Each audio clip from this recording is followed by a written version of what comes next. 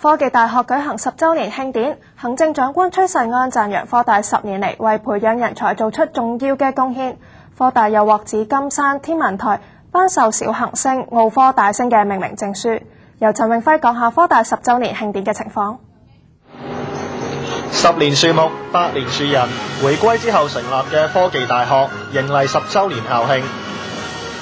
澳門科技大學與澳門特區同齡，共同走過咗成長嘅10年，見證咗澳門回歸後高等教育發展嘅歷程，以增進文化交流、致力人才培養、促進經濟發展、推動社會進步為宗旨，為澳門特區高等教育嘅多元發展、為特區人才嘅培養以及社會建設係做出咗重要嘅貢獻。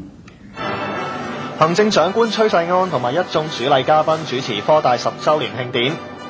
科大校長許傲傲話：21世紀係知識經濟時代，亦都係中華民族復興崛起嘅時代。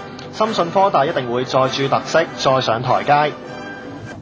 教育實力一向都是地區經濟和社會繁榮的先決條件。一個成功的大學，定能推進社會的發展，並為之塑造美好的未來。澳科大是屬於澳門的，特色的鑄造必須與澳門未來的發展休戚相關，推動澳門不斷進步是它的歷史使命。慶典上，科大向15名社會人士頒授榮譽博士學位，當中包括立法會主席劉卓華。同時，科大又獲紫金山天文台頒授奧科大星命名證書。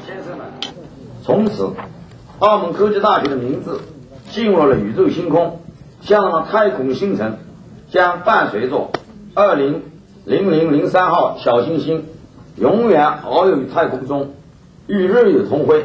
謝謝。奧科大星係一粒由紫金山天文台發現嘅國際編號200003號小行星，被國際小行星中心同埋國際小行星委員會批准，命名為奧科大星。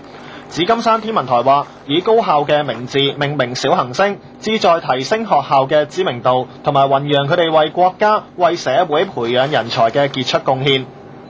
澳門科技大學喺2000年3月獲特區政府正式批准成立，其後成立咗澳門科技大學基金會，以非牟利基金會形式營運大學。澳門科技大學喺2001年1月10號舉行成立典禮，係本澳回歸之後第一所成立嘅私立大學。咁當時校園嘅總投資係超過6億㗎。澳門電視台記者陳永輝報道。